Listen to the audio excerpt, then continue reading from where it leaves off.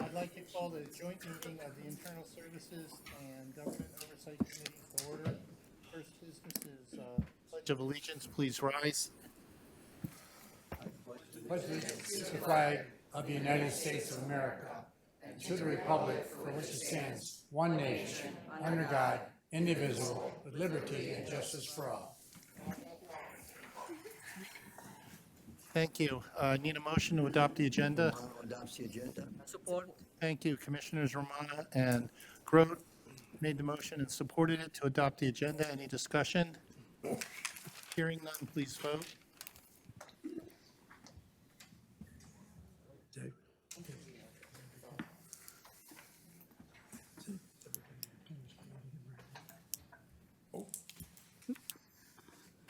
Missing two, Commissioner Perna. There it is, and Commissioner Zinner. Oh, sorry. It's okay. Motion passes 12-0. Thank you. Next is approval of the minutes of the Joint Internal Services and Government Oversight Committee from October 2nd. I'd like a motion to approve. Motion to approve. Support. Thank you, Commissioner Grote, and Nard made the motion and seconded it to approve the minutes. Any discussion? Hearing none, please vote.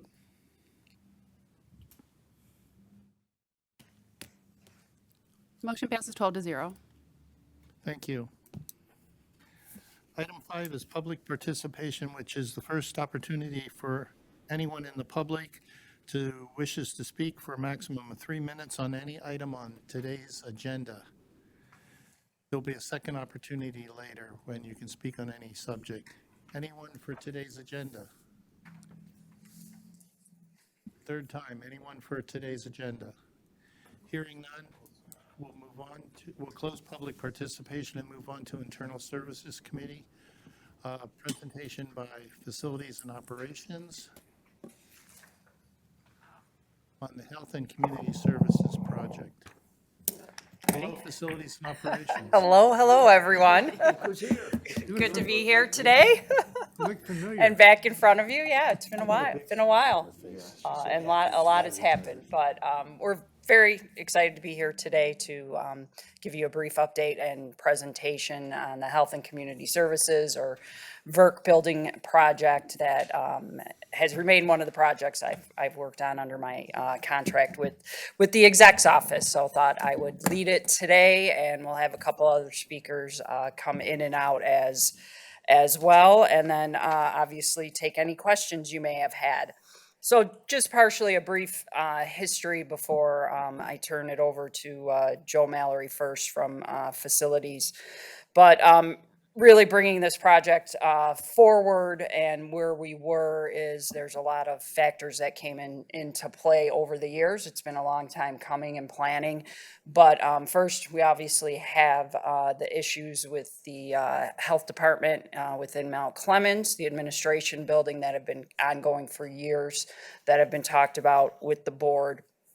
As part of that, or during this time frame of planning, really over the last almost 3 years, specifically for this project, we had the State Department of Health and Human Services move out of the Avigilon building. So there was talk, for those of you that remember, of relocating health admin into that building.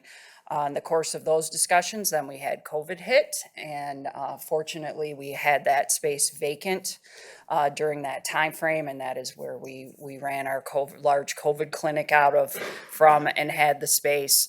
And then also due to COVID, we really realized where some inadequacies were within our services and within our service departments, and most notably those within the Avigilon building, and how we delivered those services to the public.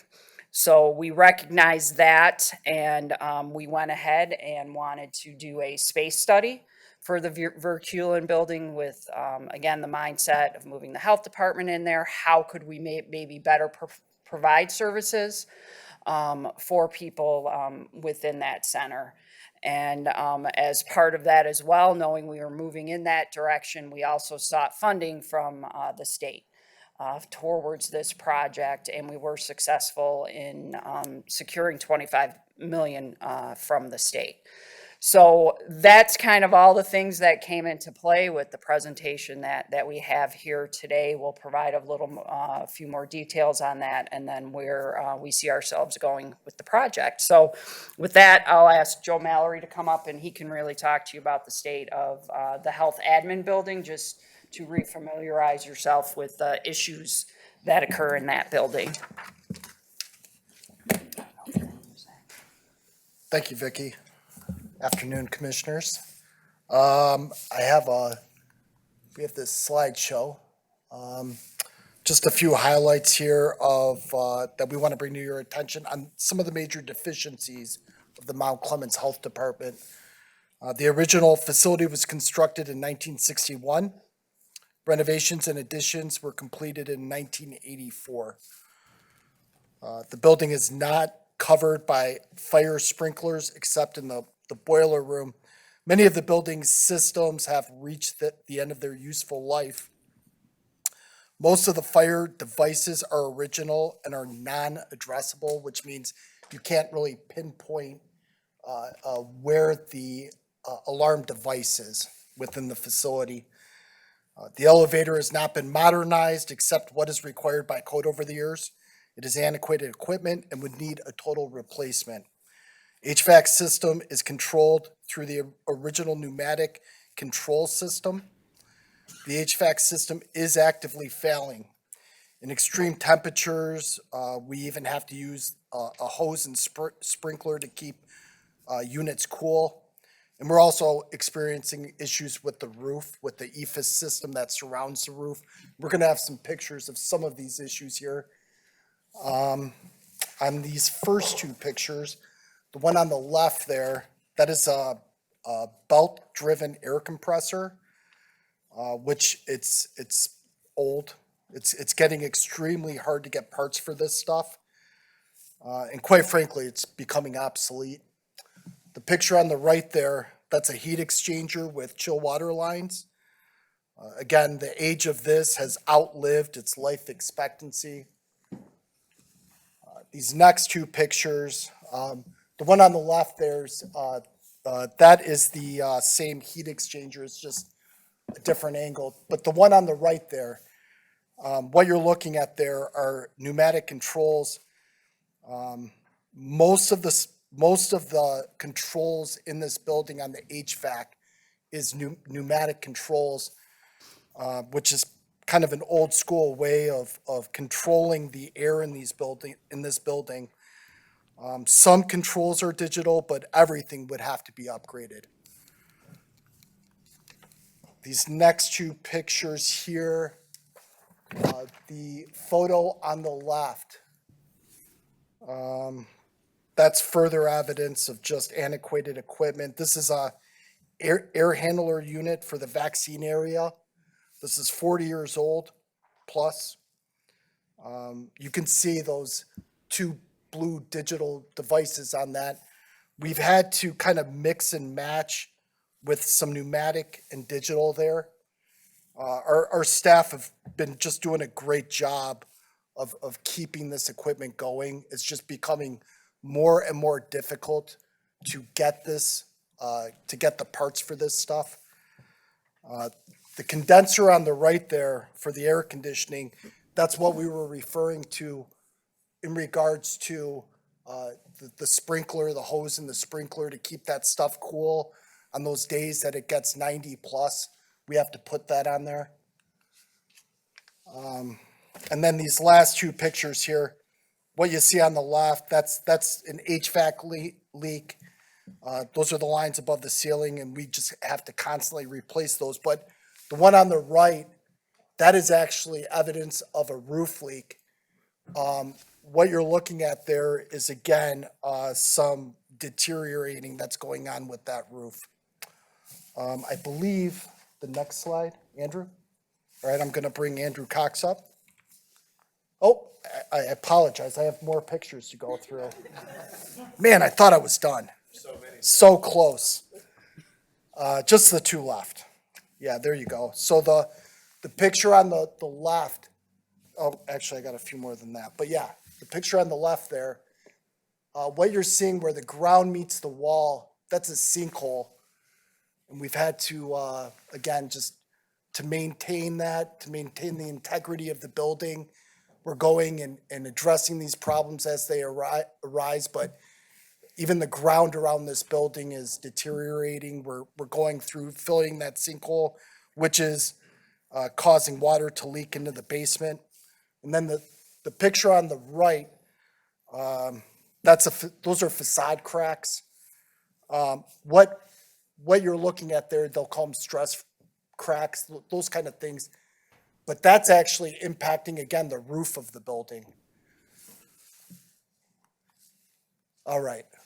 And then these next two, the picture on the left, this is more deterioration to the facade of the building. It's not structural, but it does go to show the age of this. And then finally, the building has shifted over the years. Again, we kind of recalling that sinkhole. Fast forward to this slide, this last picture on the right. You can see how the ground is actually shifted. And now, you're up. This is Andrew Cox. That's quite a lot of buildup, Joe. Well, Joe did a great job there, and we had to really limit Joe because I think he had more pictures that he could have showed you all on the state of the building.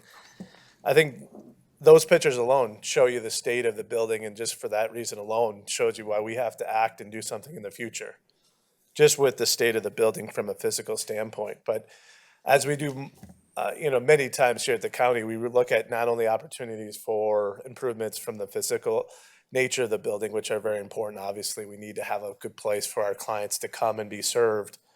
But we also look for ways that we can offer better services and service model delivery. And that's why I'm so excited about this project, because we have this opportunity before us to actually create something that's better for a service delivery model for our residents and our clients that we serve every day. So many times I hear, commissioners ask, what can we do in terms of services for clients? Where do we send them? What building? What location? That's what we're trying to do with this project, is really make it easier for residents and clients, that they can come to and I know it's overused, but a one-stop shop that has multiple services that our clients will utilize, because many times clients might utilize more than just health department. They might utilize community action. Senior services might utilize veteran services, community mental health, Head Start. All these programs have very similar clientele sometimes that we need to be better at making it easier to find the services. I continue to say we have so many services and programs here. We are service rich. We are program rich in Macomb County. The most difficult thing I have as HCS director is making people informed about those services. And one of those things that can make that so much easier, and we're working at measures in terms of electronically doing that through our Matrix of Service project with IT behind me, who's been tremendously helpful. But there's also a physical component that when clients come into the building, how can they be referred to other services elsewhere? And instead of, the senior citizen has to come all the way into the VERC and be sent out and no, you have to go over now to a different building, or the family that has to pack up their child in a car seat, bring everything in just to be told, sorry, you have to go elsewhere. We have the opportunity to house all those services in one place. So we have an opportunity to really make more efficiency of the building improvements. And that's really what I'm excited about. In addition to having a place that we're proud of and that citizens can come in and be proud of the services they received and the dignity and respect they deserve, it's really important that we have a place where we can better utilize the facilities and technology. And what we're going to show you next is that plan of how we've used this efficiency model to really deliver, I think, what is a really great plan ahead of us. And so to really bring us home, Vicky's going to come up and talk about actually the details in terms of the plan from a building shift model. But we're very excited to share this with you. Vicky? Thanks, Andrew and Joe. So if you take us back to, or kind of go back to the assessment overview, and when we started that in 2021, we actually finished that mid-2022, our first rendition of that. At that time, though, and subsequently, we were looking at, obviously, funding for that building. We had turnover with department heads within that time frame as well, and we were waiting on what to do with that project, as well as still being within COVID during that time frame in 2022. So there wasn't a lot of changes we could actually start to implement within that time frame. So once we had started to secure the funding, we started to pick the project back up, and since then we have revamped the whole space study, and the space study is inclusive as it was before, so it not only includes the health department admin as it exists today, but then all the departments within the Verculen building. So we finalized that, went back to the department, spoke to them about what their needs were, and in some regards their wants too. I don't think anyone went overboard on their wants, but you kind of want to know what their big picture is for that. So we asked those questions. We brought in the new service model that Andrew just kind of talked about, and really trying to get rid of the silos that we have. At the Verculen especially, there's physical silos just of how the building is laid out that create those silos, but then there's also just those silos we create because my department name is different than someone else's department name. When actually there again is a lot of that crossover where we can become more efficient. So basically today we've looked at different models for the building.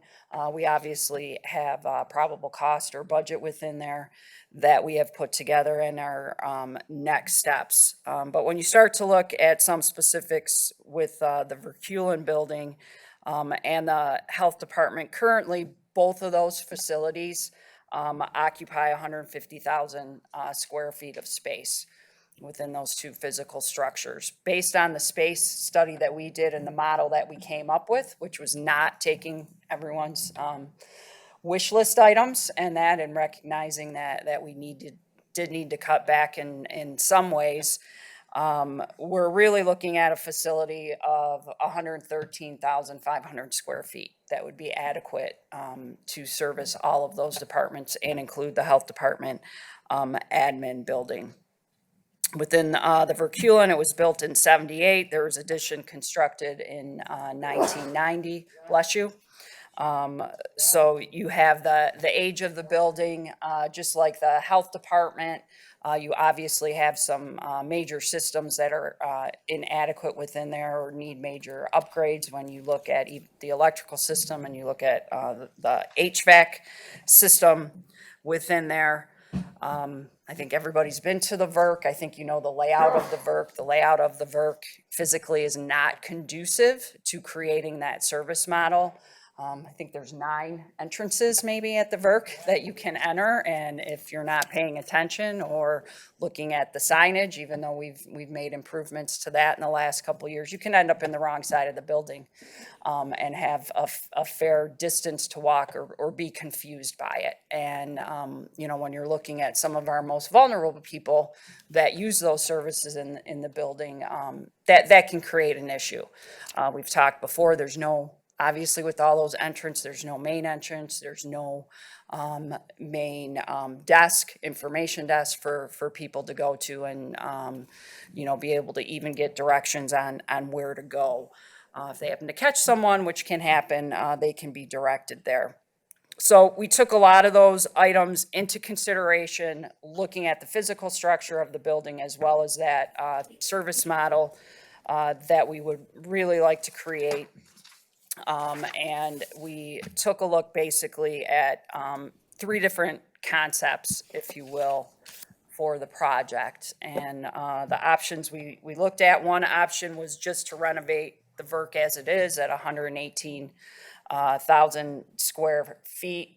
With the cost to that would be approximately $50 million.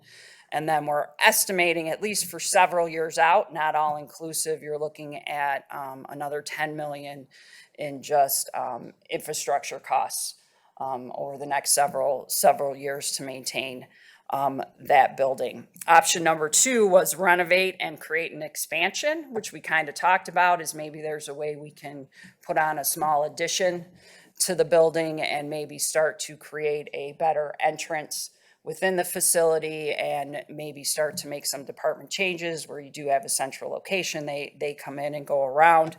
So that's option number 2. That would require, with that, 123,000 square feet. And then you're looking at approximately 56 million for that. And again, those infrastructure costs over time would not go away with that model. When you look at both those models, in neither of those options do you get a scenario where you're really improving the services necessarily inside. And being able to create those efficiencies within the departments and kind of combine, and really what Andrew looks at in operating health and community services, and really a majority of those departments in that building fall within his department. So there's still many things lacking within those plans and options, plus then you have the capital costs. So then you have option number 3, which is the construction of a new facility, which would obviously right-size that to the square footage needed. It also does away with any capital costs ongoing, but it does have the price tag of the $77 million. But obviously that also incorporates in that service model and those efficiencies and the flow of people within the buildings themselves, or building itself. So when you kind of break down your costs, what you're looking at, the hard costs for the building and the infrastructure as well is right around 54 million. And then you have what we're calling the soft costs, which obviously is all the professional services, service fees, building permits. It also takes into furniture and some of your the technology costs as well. We list what costs that it does not include, which is the computers, monitors, and keyboards that are traditionally provided by IT. There's kitchen equipment, as there is now. We would like to have and maintain a kitchen within the facility. It's not the grand production kitchen that we were hoping that we could get that would solve some other issues, but that is one of those items that we took a look at and was just not efficient. We have a model for that works well right now. So those are the basic details for that. And then just the funding sources that we're looking at now. Obviously, we have 25 million from the state of Michigan. Right now, that grant and those funds expire at the end of December 2025. We have talked to the state, and we are working and have a request in to extend the deadline for those funds till the end of 2026.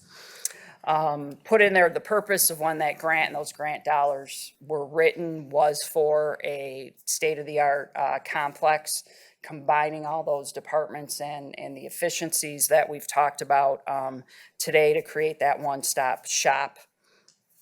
So when you're looking at the price tag for roughly the 77 million, at this point in time, we're seeing the other funds coming from potentially a bond issuance. And Steve was able to provide some information on the bond and what those costs could be.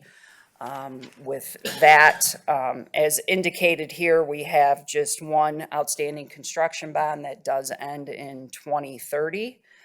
And essentially with the 52 million, you're looking, except for a couple years of crossover, you're looking at the same bond payment continuing out from 2030. So it's not necessarily, again, it maybe doubles for a couple years, and then is the same payment that we've been making, which I think is from the downtown renovation project.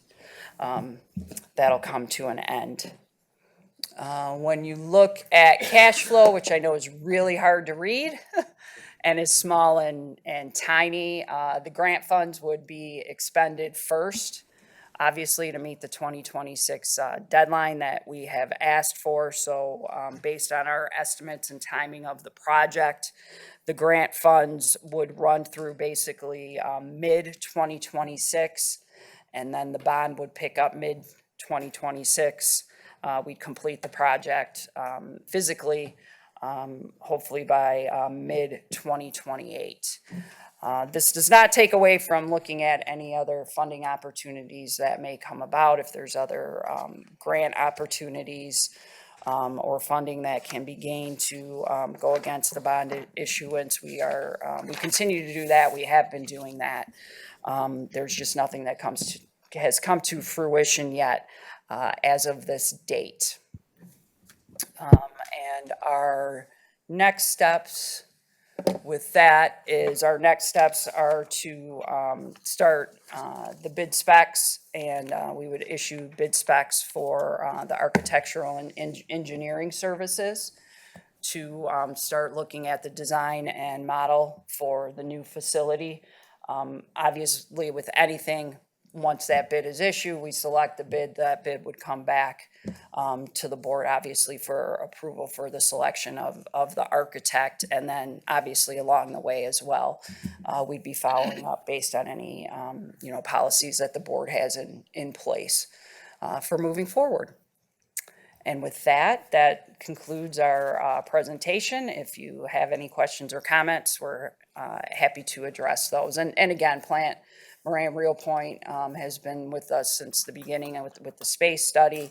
Andy Fountain's here to answer any questions as well as the rest of us, and Steve's here too. So thank you.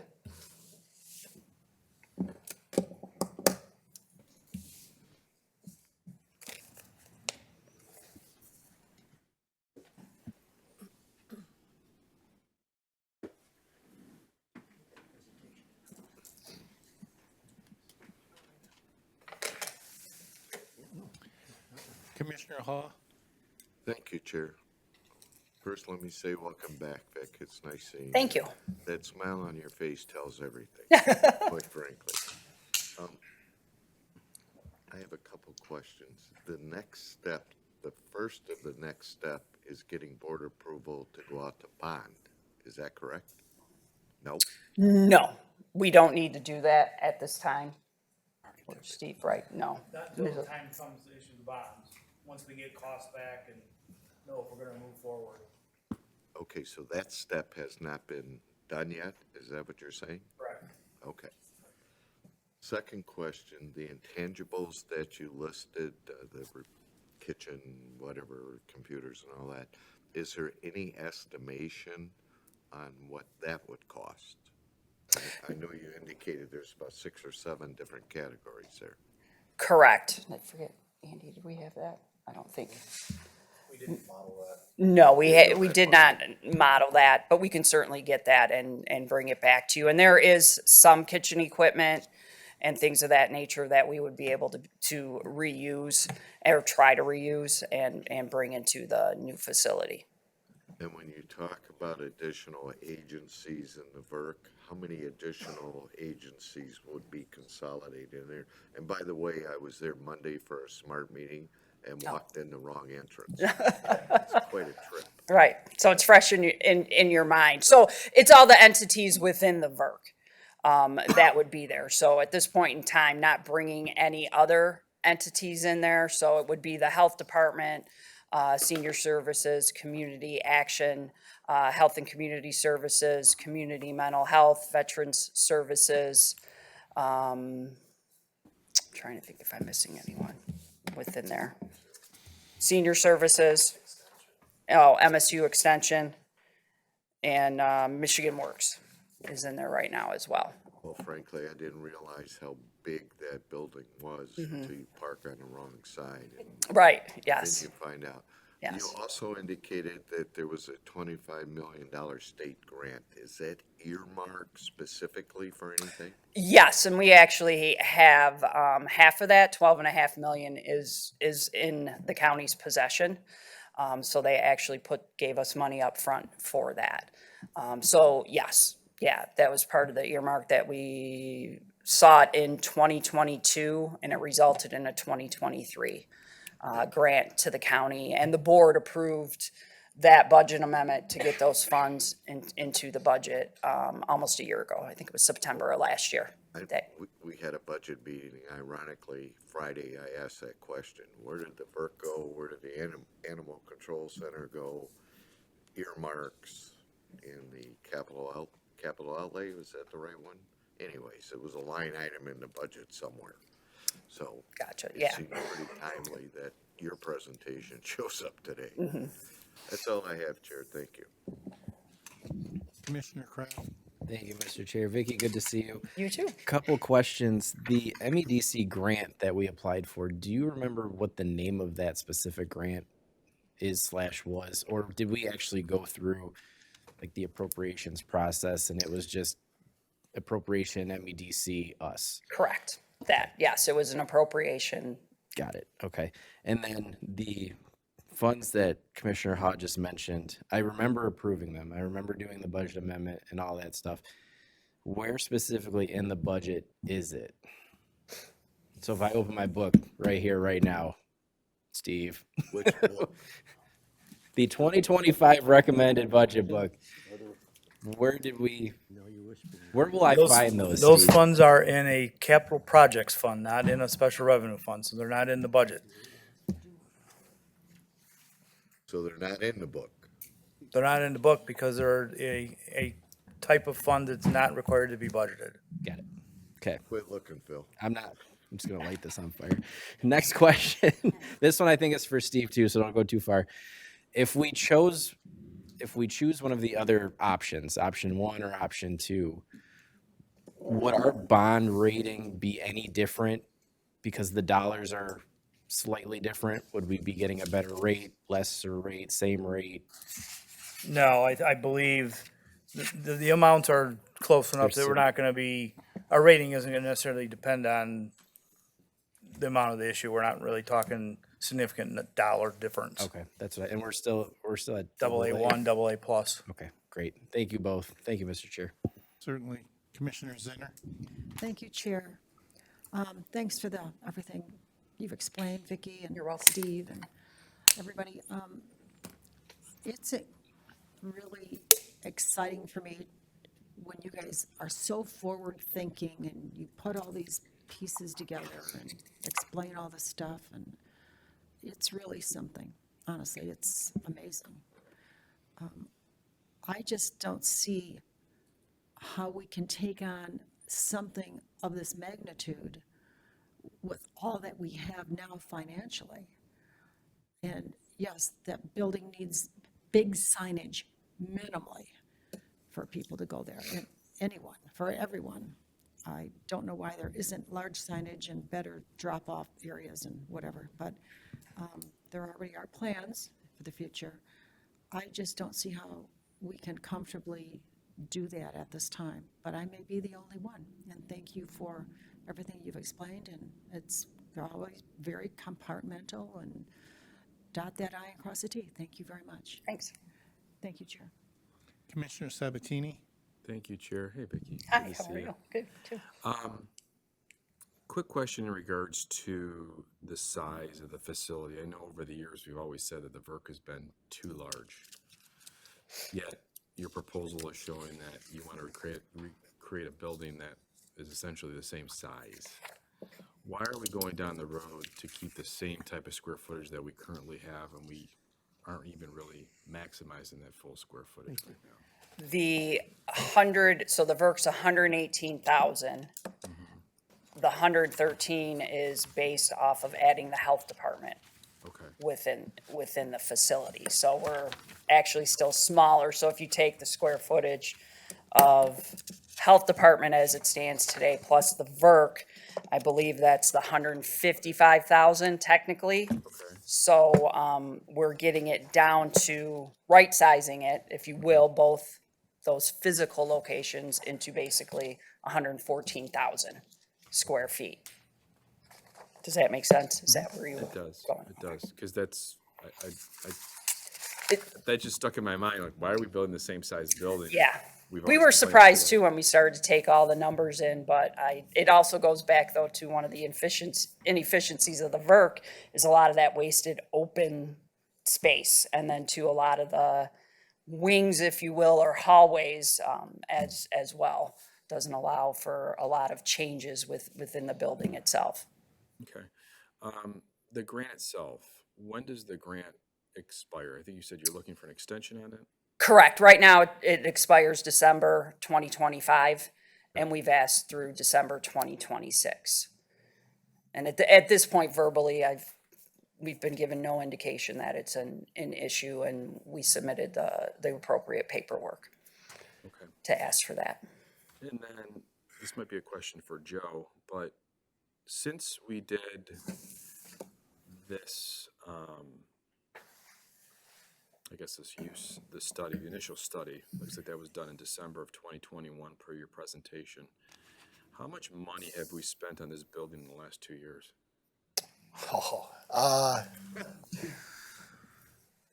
Approximately. Approximately, I wouldn't have that number for you right now, Commissioner. I could get you that number.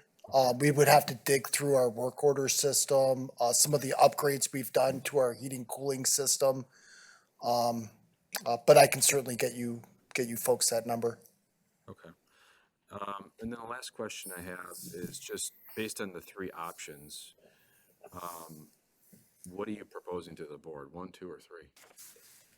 Our proposal is for the new building, for the new build, and to at least go through the architectural, hire an architect and start looking at the plans for that, for a new build. All right, thank you. Thank you, Chair. Vicki, is the grant applicable to any of the three options?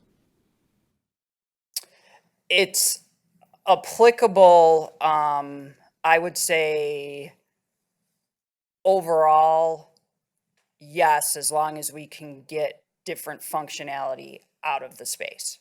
Okay. And can somehow do that. I just think with options 1 and 2, it'll be very limited to be able to do that within there, just because of the confines of how the VERC is itself. And the intention is to move various current county departments into that building?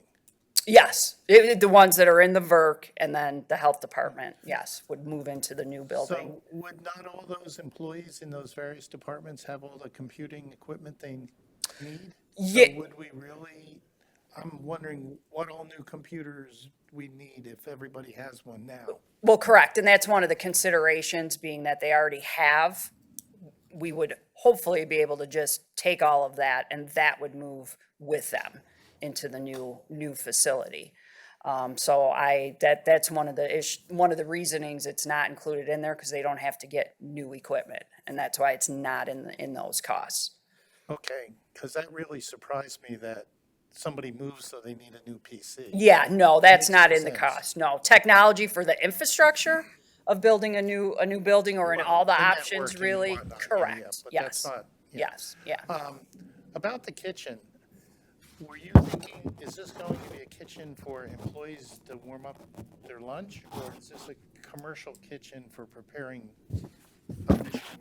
More of a commercial kitchen. Again, it's not the production kitchen. Our initial thought for a production kitchen, just to walk you through the various ones, was a thought process that Meals and Wheels would start preparing their own meals. And Sheila had asked for or recommended a production kitchen, because there'd be some gains there.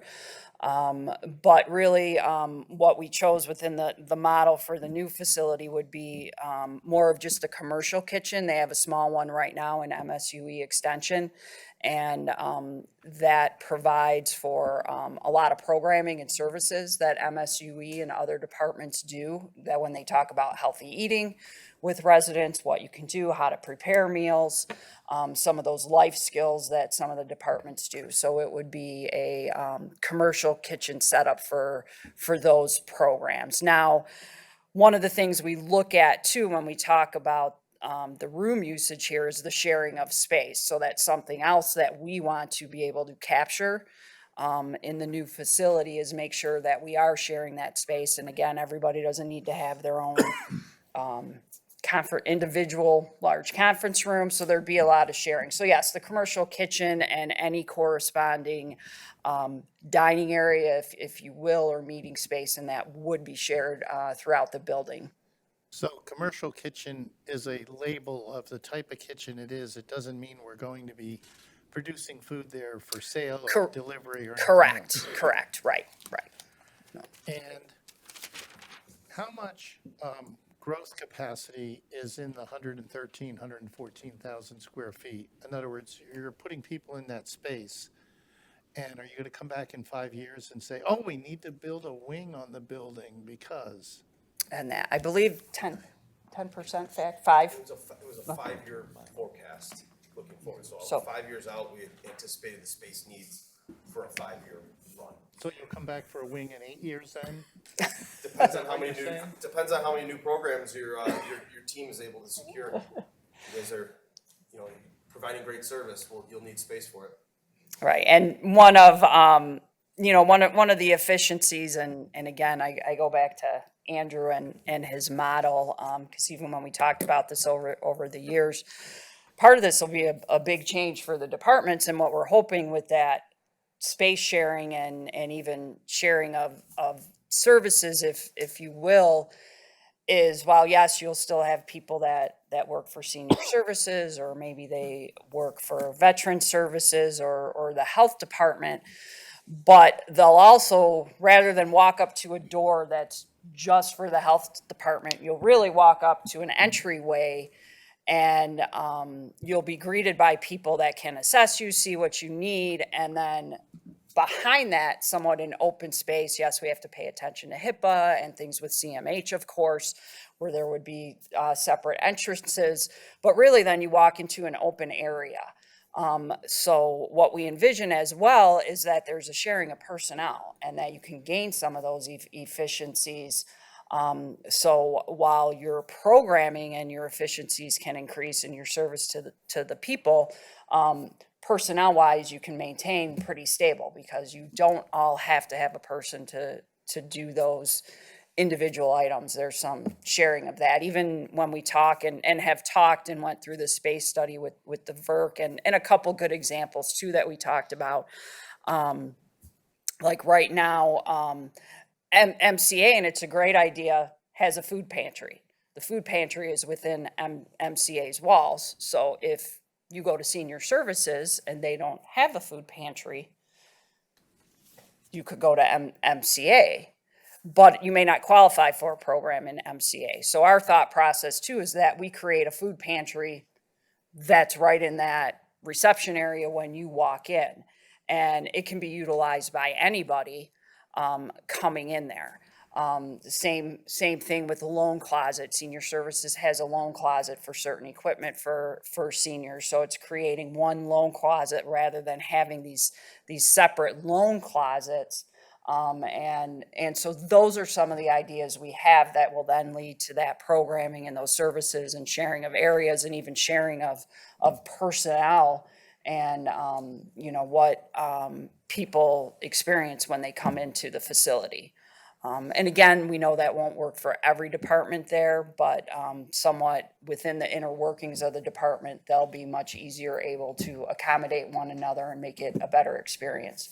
With reference to Commissioner Hall, who said he walked in the wrong door and had to walk all the way across the building, and it was a long walk. 113 or 14,000 square feet isn't much different than 118,000 square feet. And if you have one door, then everybody who's going to departments that are on the other side of the building are going to have a long walk. So I'm not saying this is actual design, right? That's why we hire the architectures, but we're actually thinking of a 2-story building. All your services are on the main floor of the building, and then you have your more administrative offices that would be located up on the second floor that aren't that client facing. So that's one of the designs. Of the building would be about half. Correct, depending, yes. Okay, so Yeah. that'd be good. Yeah. Thank you. Commissioner Romano? Thank you, Chair. Hi there. One of my favorite ladies. Hi, Vicki. Hello. Vicky, did I understand correctly that there's going to be, by incorporating different facilities in this building, they're going to be coming from other buildings to this building so that it's all in one? Does that No, sound so correct? it's taking and right-sizing the departments that are in the Verculin now and giving them different space. And the only other department coming in would be the health department, across from the jail, the Mount Clemens facility would Has be the anybody one. thought of what's going to happen to that, the square footage in there with the rooms in there? For the health department Health admin, department comes over- that building would be demolished. I believe that's been the plan for quite a few years for the health department itself. I'm seeing somebody nod their head. So Yes. okay, I'll go with that. Yep. You know, the additional cost that you put in here, that you're not scheduled, I think you mentioned, IT, equipment, kitchen equipment. I'd like to see a much harder number on what we're talking about as far as what an overrun would be. I wouldn't want 77 million to balloon to 85 million. Sure. 90 million. And I'd like to see a little harder number on what that cost might be so that we can have a better handle on what it's going to actually cost. You're talking about moving in equipment, IT equipment. Jake was in the audience there. He knows what it costs to start moving those lines around and bringing in the equipment, and it gets expensive. And I just want to make sure anyway, that's what I'm looking for, a little harder number on that particular item. The other thing is, we're looking at a 20-year bond, and I'm going to put this to Schmieg. Why wouldn't we go with a 10 or 15? What makes a 20-year bond so much more attractive?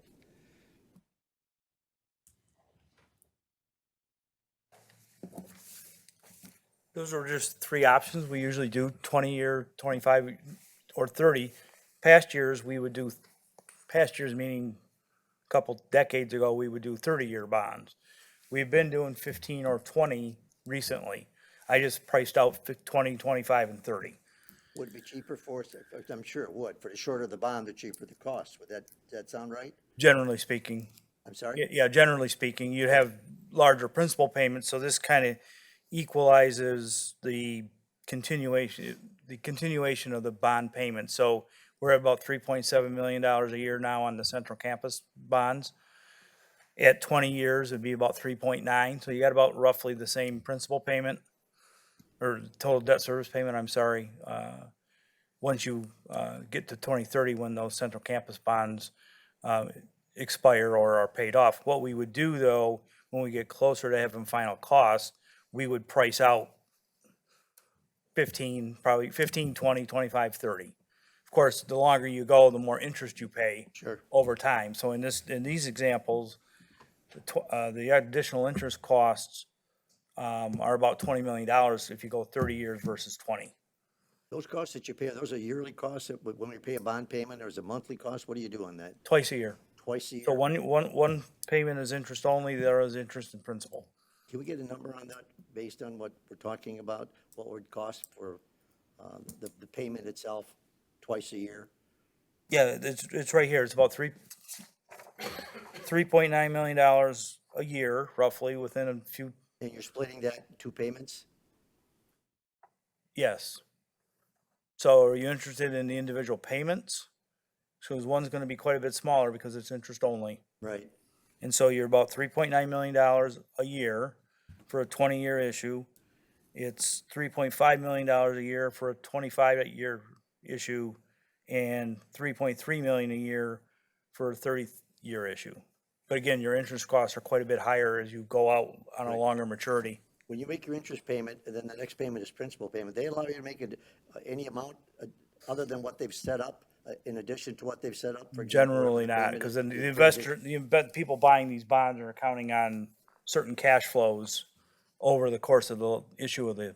So you couldn't put additional principal on it? Typically because people not, are predicating typically their not. monthly or If whatever. you have, in fact, there are usually minimums where you can't even call the bonds. You can't even refinance in certain periods of time, 8 to 10 years understandable. generally. I understand. That's all the questions I have. Thank you, Chair. Commissioner Kraft? Thank you, Mr. Chair. Vicky, one last question, and I apologize if you've already said this in your presentation and I missed it, but if we go with the new build option, what's the location? Where would that be? So right now, there's a few different options, and those will be vetted out as part of the process. So what we looked at is you obviously have, and it's all within that campus area, if you will. You have the probate court site, the old one, the building that was torn down, that area is vacant, that corner. Thinking that might be a little small. Across from that, you have, I believe the county has 25 acres across from that. And then obviously there's the option still within the site of Verculin where you could build that. The issue, and it's not an issue, just have to be something to be worked on. So in keeping the Verculin operational and keeping the employees in there while we do a new build, obviously is the easiest thing to do, right? Because then you don't have to displace employees. Aside from that, though, with the exception of probably the adult day, we could move everyone out of that building. It's just adult day that we don't have any other space for their services and the way that they operate. So that's one of the sticking points. And if we built on the Verculin site and didn't demolish, we're building way back on the piece of property, which we've kind of talked about probably isn't ideal for people coming to the site. So those right now are some of the options that we're looking at and we'll look at as part of the next step with the architect rather, and take a look at those. Thank you, Vicki. Thank you, Mr. Chair. Commissioner Sabatini? Thank you, Chair. Maybe just a couple of questions, based on what you've said so far. So we would knock down the existing health department building. What would we do with that property once that's knocked down? I believe leave it vacant. No plans. Yeah, no plans. No plans, sorry, yeah. Okay. And then you had said you're envisioning a building that would just have 2 floors, ideally. And maybe this is a question for Plant Moran, but is it more cost effective to build something that's just 2 floors rather than something that's, let's just say, 5 floors? Is it more expensive to build up than it is to have like 60,000 square feet on each level? Thank you. Good afternoon. Andy Fountain, Plant Moran, Real Point. To answer your question, typically there's a point where you have diminishing returns as you go up.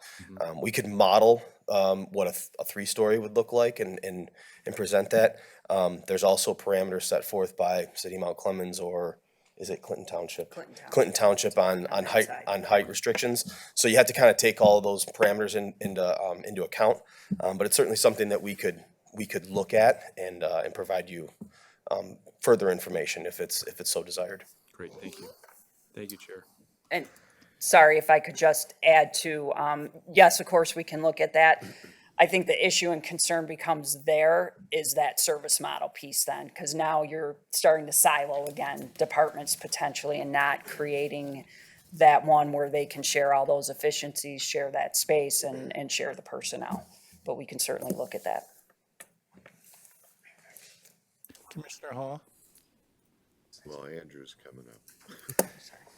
Sorry, Vic. I just wanted to make it clear, with option 1 and 2, we do nothing to address the exterior of the VERC building.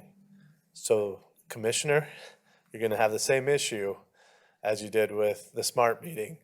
Those same entrances will remain with options 1 and 2. So I just wanted to clarify that, make sure everyone's clear about what those options represent, that we do not address that problem at the VERC with 1 and 2. Thanks. Thanks. Commissioner Hall? Thank you, Chair. Thanks for that, Andrew. All that means is we're gonna keep walking around, but that's fine. Commissioner Van Sickle and I were at a elected officials breakfast on Monday. Andrew, you were there as well. The mayor of Sterling Heights was talking about all the renovations that they're doing at the former Lakeside Mall. At one point, it was rumored the county was going to move some of our facilities in there without giving any trade secrets away. Is that an accurate rumor? I'm not aware of any of those. I'm Okay, thinking, yeah, that's fine. neither That's is, fine by me. yeah, neither is Mark Delton, it- so, Mike was banging the drum of all they were gonna do over there, which Yeah. he should be, rightly so. So thank you for that. That's all I have, Chair. Thank you. Seeing no more speakers, I'd like a motion to file and receive. So move. Support. Thank you. Commissioners Hall and Narn made the motion and seconded it to receive and file this. Please vote.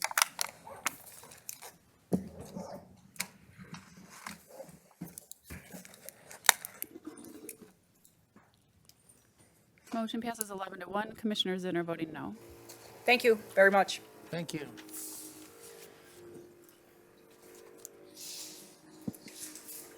Moving on to department recommendations.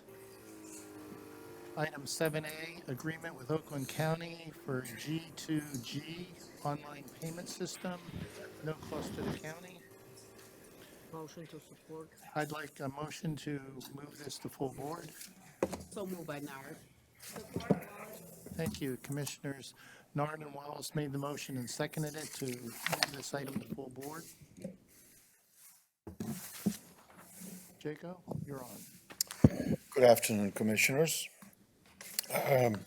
This first item is an agreement with Oakland County for the use of their G2G online payment system. We currently in a previous arrangement, and it is to renew that contract. The system funds itself 100%. Oakland County retains the first $900 of access fees collected per calendar year. And then Macomb County collect 25% of all access fees after that. In 2018, Macomb County collected $2,276 after this $900 commitment. So we just want to renew our contract with them. The county is working on other payment systems right now, which will be implemented over really starting very soon. But at this point in time, we still need that agreement with Oakland County. If we put other systems in place, can we back out of this agreement after less than a year? We can probably, discuss or negotiate that with Oakland County. But at this point in time, that's the agreement we And this did, would be and we're for the just doing calendar the year. same. Yeah. Okay. Seeing no other speakers, please vote.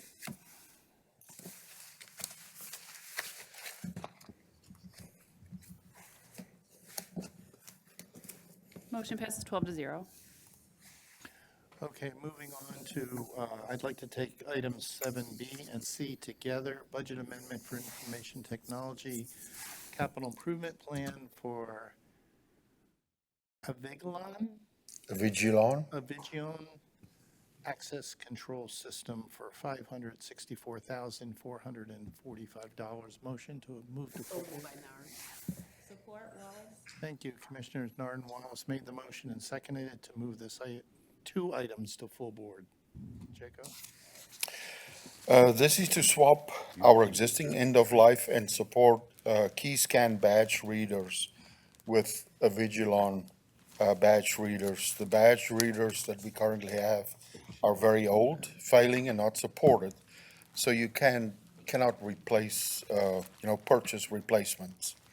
The move to Avigilon comes after Macomb County's CIAC security partner recommended Avigilon.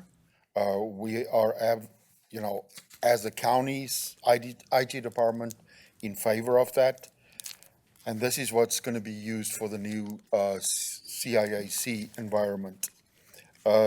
This will keep badge access consistent across the county. We don't want to use multiple for obvious reasons, and will allow us to integrate with Avigilon surveillance cameras across the county, and will also allow us to use integrations with, with the surveillance cameras. We had to replace the key scan system anyway. Like I mentioned earlier, the environment's very old. And one thing, for example, changing these systems to Avigilon will also ensure that we use one card only to access, for example, the parking garage downstairs, because that's another system that we're upgrading. Avigilon is an open source environment, so we won't be locked into using a specific brand of panel readers, which is currently the situation, for us, and that's why we have to buy all the equipment new. The CIAC project will bid out the Avigilon environment. I don't know exactly when, but it's probably going to be in the next 6 months or so. So this request is obviously to replace that for quite a few buildings, which include Mount Clemens Health, Southeast Health, Southwest Health, Verk, Medical Examiner, Tomer, Clemens Center, Comtech, Edmond Buildings, and Edmond Parking Garage. Does this cost, are you purchasing these from the manufacturer, or are these coming from a local Macomb County vendor? Yeah, we're using, as far as I know, Motor City Electric, Jennifer? Yep, Okay, and this covers the installation and everything? everything, yep. Okay. Seeing no other speakers, please vote. Oh, latecomer, Commissioner Sabatini? Thank you, Chair. Hey, Jericho, really quick. Based on what you provided in here, it says that in the 2024 capital improvement plan, this is actually two projects, right? This is the key scan panel replacement and the compute and storage growth plan. Yeah. So in your plan, that totals 315,000, and your request is almost double that. Why Yeah, is that? the reason we're doing that is we have to do this moving into next year. We have surplus money available in the capital plan, and would like to start doing that as soon as possible. What we don't do this year, we will have to do next year. So what are we not gonna do instead?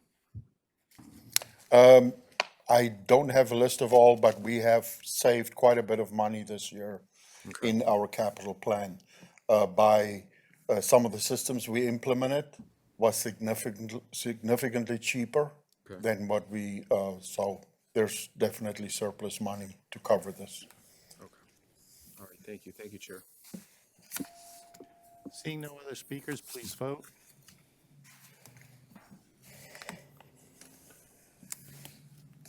Motion passes 12-0. Thank you. Moving on to item 7D, it's for purchase of Karpel Solutions, 14 PBK case management system software licenses for the prosecutor's office of $39,200. Motion to recommend to full board. Thank you. Support Nard. Thank you. Commissioners Grote and Nard made the motion and seconded to move this item to full board. Jaco? Commissioners, PBK is probably the system that you know more so as Karpel. That's being used in the prosecutor's office. They need an additional 14 licenses because of growth. The prosecutor's office benefits in the Karpel system allows for the efficient storage and organization and retrieval of case-related documents, minimizing the risk of lost or misplaced files. This is, just want to mention that this is a capital outlay expense not coming from the capital budget, but capital outlay, and not something that we had either unit pricing for or anything in capital outlay, but we're funding it from software and capital outlay. Thank you, Commissioner Hall. Thank you, Chair. Hi, Jacob. Hi, Commissioner. I'm reading the purpose here. It says manages all aspects of a case from investigation to prosecution, ensuring no details are missed and timelines are met. Could other departments like friend of the court, corrections, juvenile justice, couldn't they be using this same software system? Commissioner, I cannot believe that they can use the same system because this is specifically system written for prosecutor's office. But what I can tell you is that we've already done a significant amount of integrations between the prosecutor's office and those systems, and we continue to do that. I think there's listed currently, it's integrated with JIS, which is the courts, the Michigan Bar Association, Lean and Vine, the Victims Network, and currently we're working on integrations with New World, as well as Jail Tracker at the Sheriff's Office and Court View at the courts. But in my view, it's not a system you could use outside of prosecutor offices. Is that by choice or design? I think it's by design. It's by design, because this system, we replaced it about 2 years ago, started with the process. And we used to have a state written system that was really not updated well and started falling behind, and did an RFP and implemented this system because it really served the purposes of our prosecutor's office really well.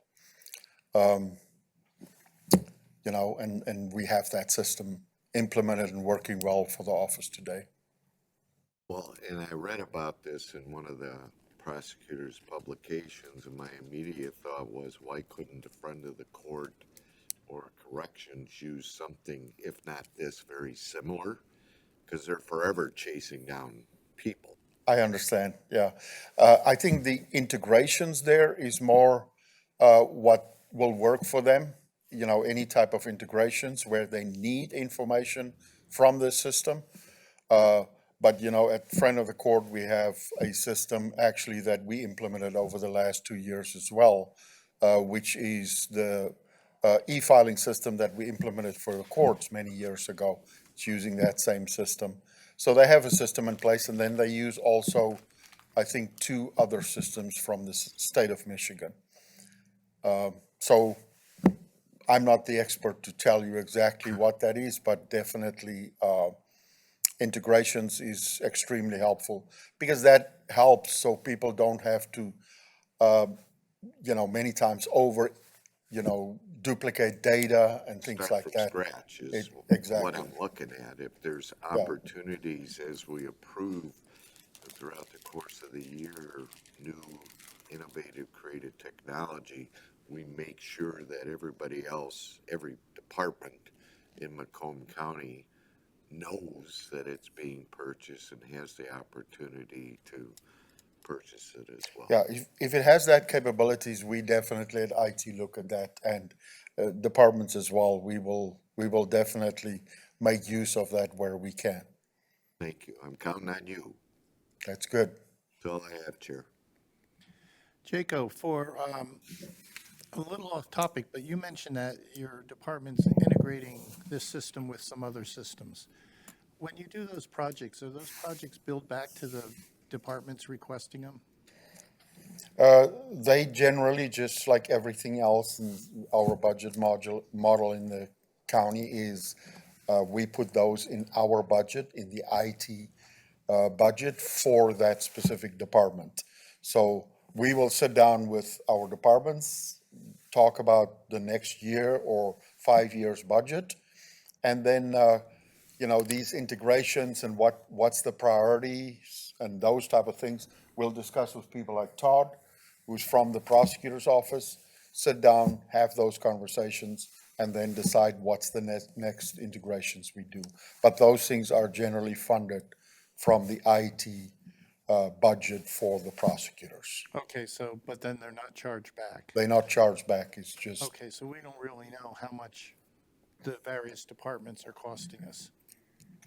I cannot definitively say that, no. Right, okay.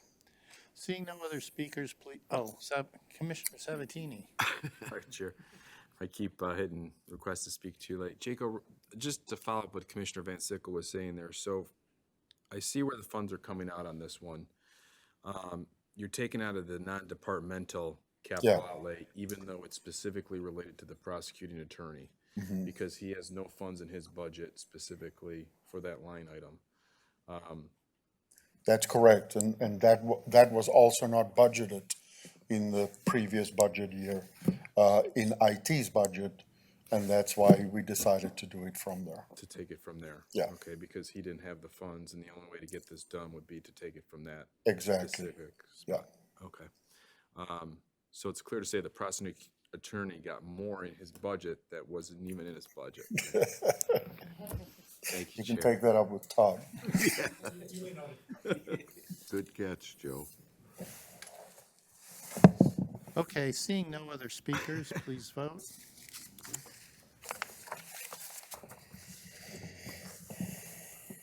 Motion passes 12-0. Thank you. Okay, moving on, I'd like to take items 7E and F together, and they are for budget amendment for information technology, capital improvement plan, parking control system upgrade for $191,188. I'd like a motion to move to full board. Motion to recommend to full board. Thank you. Was that Antoine? No, that was Sarah. Sarah. Sorry, looking in the wrong. There, Commissioners Grote and Lucido made the motion and seconded it to move these two items to full board. Jacob? Commissioners, this is the existing company and system that we have in place at the parking structure downstairs. That system is really nearing end of life, and we're starting to experience failure issues. This upgrade will provide all new equipment compatible with county badges and capable of accepting credit card payments that will allow for continuation of public and employee parking. Traffic and safety is the county's vendor for, like I mentioned, for the existing environment that we have. And this is going to be a cloud solution, which is $191,188.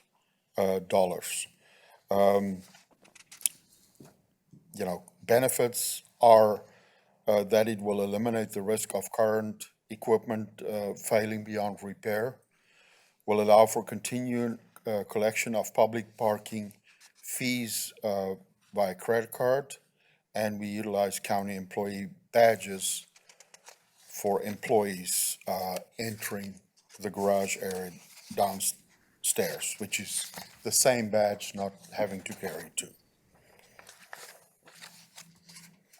Thank you. Seeing no speakers? Seeing no speakers, please vote.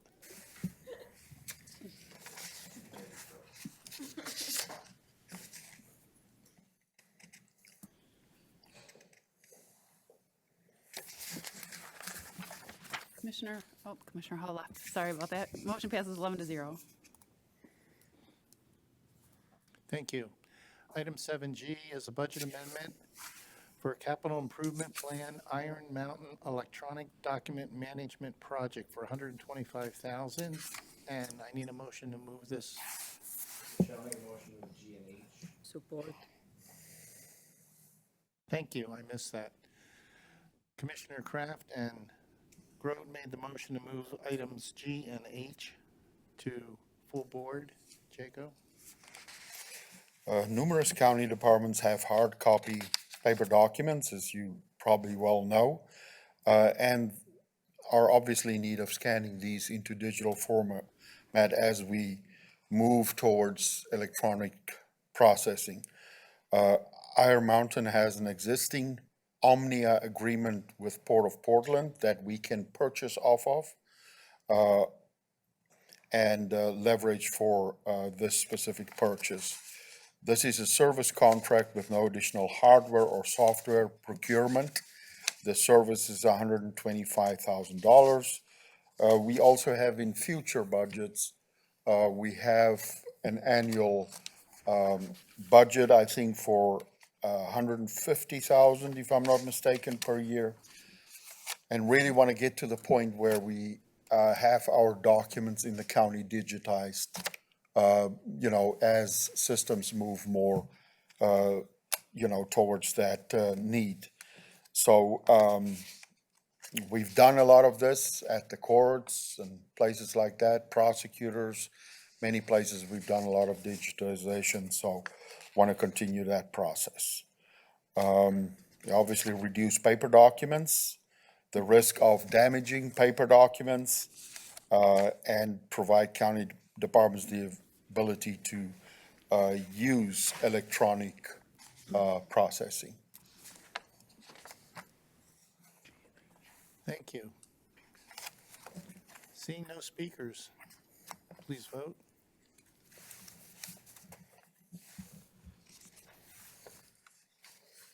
Motion passes 12-0. Thank you.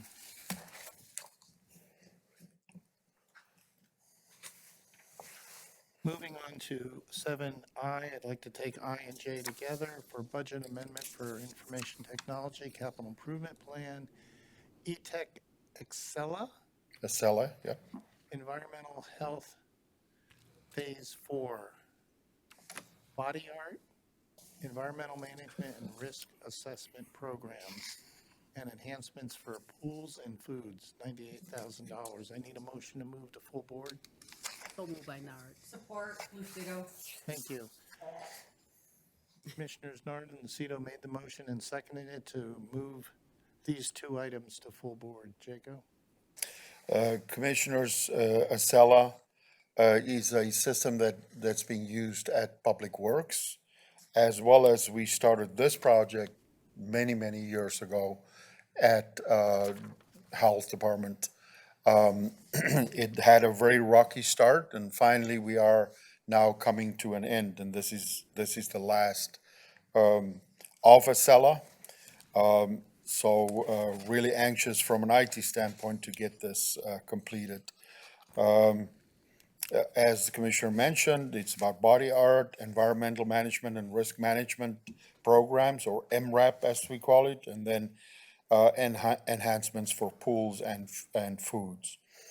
It's a service contract with no additional hardware or anything. We have $98,000 in the budget this year, and want to continue to get this taken care of. Seeing no speakers, please vote.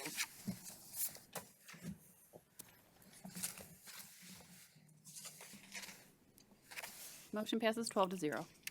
Thank you. Last item, 7K. Agreements with information technology for maintenance for the first quarter of 2025. And it's a whole plethora of different items. The sum total is $3,723,633.04. Need a motion to move to full board? So move reluctantly.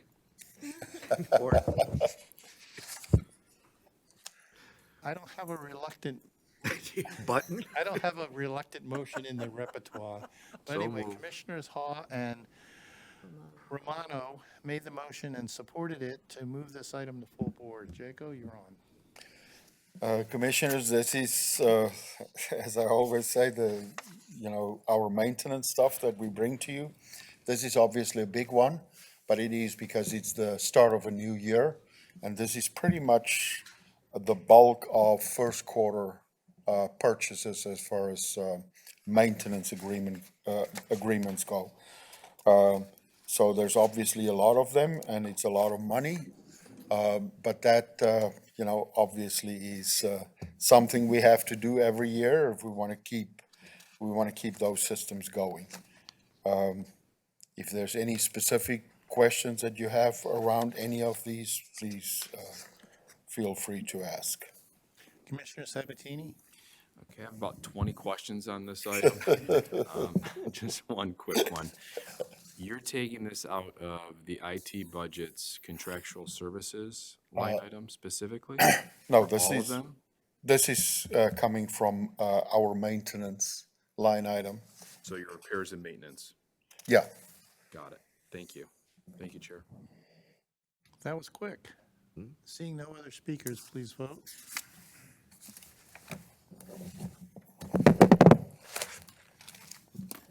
Motion passes 12-0. Thank you. I'm pleased now to pass the gavel to Commissioner Haw, the Chair of the Government Oversight Committee. Thank you, Commissioner Van Sickle. I will call the Government Oversight Committee meeting November 20th, 2024 to order. First item is ordinances, adoption of an ordinance 2024 XX, an ordinance amending enrolled ordinance number 2018-03 to address forfeiture of retirement benefits. I need a motion to refer that to full board. So moved. Thank you. The intent of this ordinance is to identify to all employees that there is an item in the ordinance that addresses forfeiture of retirement benefits. This has been reviewed by corporate counsel. It has been reviewed by our attorney Webster, and it has been reviewed by the retirement board attorney as well. Revisions were made to the original proposal, and the end result is what we have in front of us. This does not, under any circumstances, supersede state law. Commissioner Sabatini. That's exactly what I was going to ask you. But could we get a copy of the red line version of this? Because we just have the finished product here, just to see what was changed. I'm just curious. Well, basically, we'll get that for you, but I can tell you what it was. It was changed from must to shall to could. You can't mandate as a board the elimination of retiree benefits, even if convicted of a felony in the performance of your duty as a county employee. That was our original goal. Court counsel, and especially our retirement board attorney, who was a witness when we passed this in Lansing, indicated we cannot do that. But we can put out could lose your benefits. So that was the major change. And obviously, this is probably because that's in state law. Right. At the jurisdiction of the judge that whoever. Correct. Perfect. Okay, thank you. Thank you, Chair. Thank you. Commissioner Perna. Just for added clarification, if there's wrongdoing by any employee, shall, could, does not would, in that resolution, am I correct? So there is no penalty then? No. Well, it's at the discretion of the judge if they want to remove that individual's retirement benefits rights. But I'll quote our attorney, you're dealing with the most sacred cow on any given subject in the judicial system. But isn't the judge going to look at our resolution, which says could consider, there's no mandate that the judge is going to rule against the defendant if there's wrongdoing, because our resolution doesn't give him a choice. State law gives him the choice. We have just replicated the statement of state law.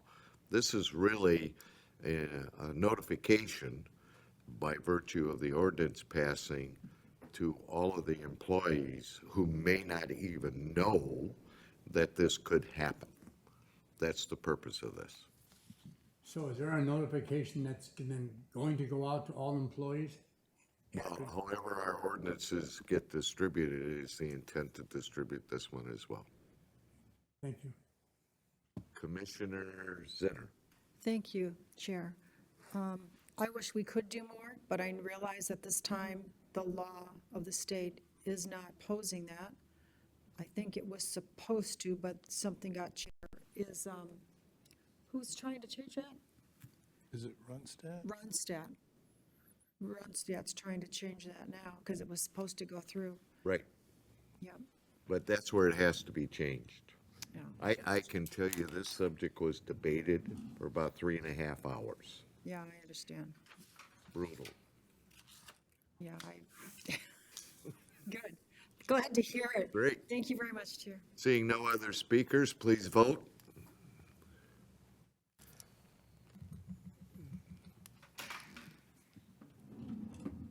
Motion passes 11-0 to 1. Commissioner Grote abstaining. Thank you. Next item is public participation. Anyone from the public wish to be heard? You don't count. Going once, twice, 3 times. Public participation is now closed. Next item on the agenda is commissioners' comments. I'm looking at details here. Seeing no our chairman wishes to speak, who's not supposed to be speaking, but okay. Can you text us? Just one reminder, if you want to come sample some Italian food at Andiamo's Bistro in Washington, as was previously, I invited you all, just to remind you, come out, and bon appetit. Thank you. Thank you. Thank you for the invitation. If anybody knows where Washington is, please tell me. It's just north, Oh, okay, thank you, just Chair. north of 26 Mile Road. Just past the wooden bridge. The wooden bridge, the one they're fixing. Seeing no other Motion commissioners. to adjourn? Support. You didn't let me finish. What were you Oh, gonna say? sorry. A motion to adjourn is in order. We have a motion support. Please vote. We are adjourned. Hope to see everybody for dinner on dime.